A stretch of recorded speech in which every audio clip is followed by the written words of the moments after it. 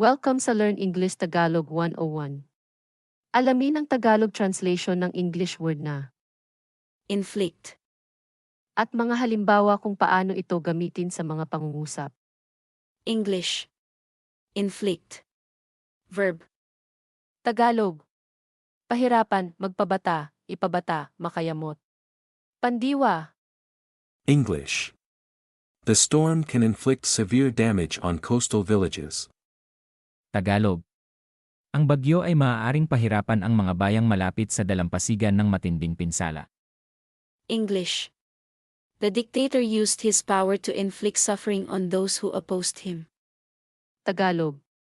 Ginamit ng diktador ang kanyang kapangyarihan upang pahirapan ang mga tumutol sa kanya. English. The goal of the punishment was not to inflict unnecessary pain on the offender. Tagalog. Ang layunin ng parusa ay hindi upang pahirapan ang nagkasala ng labis na sakit. English. The harsh experiences of life can inflict deep scars on a person's heart. Tagalog. Ang masasakit na karanasan sa buhay ay maaaring magpabata ng malalalim na sugat sa puso ng isang tao. English. She did not want to inflict her troubles on others, so she kept them to herself. Tagalog. Ayaw niyang ipabata ang kanyang mga problema sa iba, kaya't inilihim na lamang niya ang mga ito. English.